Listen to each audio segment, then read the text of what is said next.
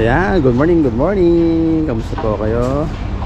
Yan guys, andito tayo sa sa terrace. Yan, so ganito pagka umaga sa amin, yan. Na makulimlim, medyo maambon-ambon siya. So sana dire-diretso nitong taglamig. Yan. So itong November, ito yung unang ulan niya. So kasi sabi sa balita, malakas daw ang ulan maya-maya. So titingnan natin. So yan guys, pagka umaga, yan dito lang ako magkakape bago maligo.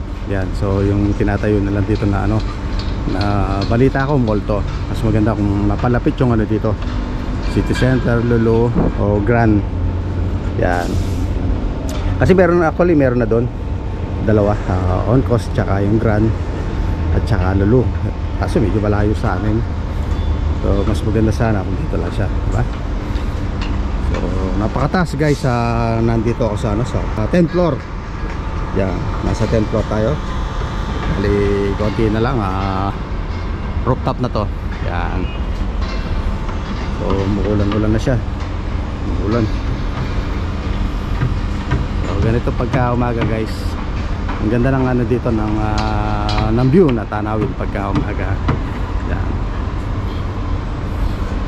So siguro pagbalik natin galing sa bakasyon, na yan, tapos na yan. Kasi halos sa pa lang to isang buwan pa lang na ginagawa itong semi mall dito sa amin, dito sa likod.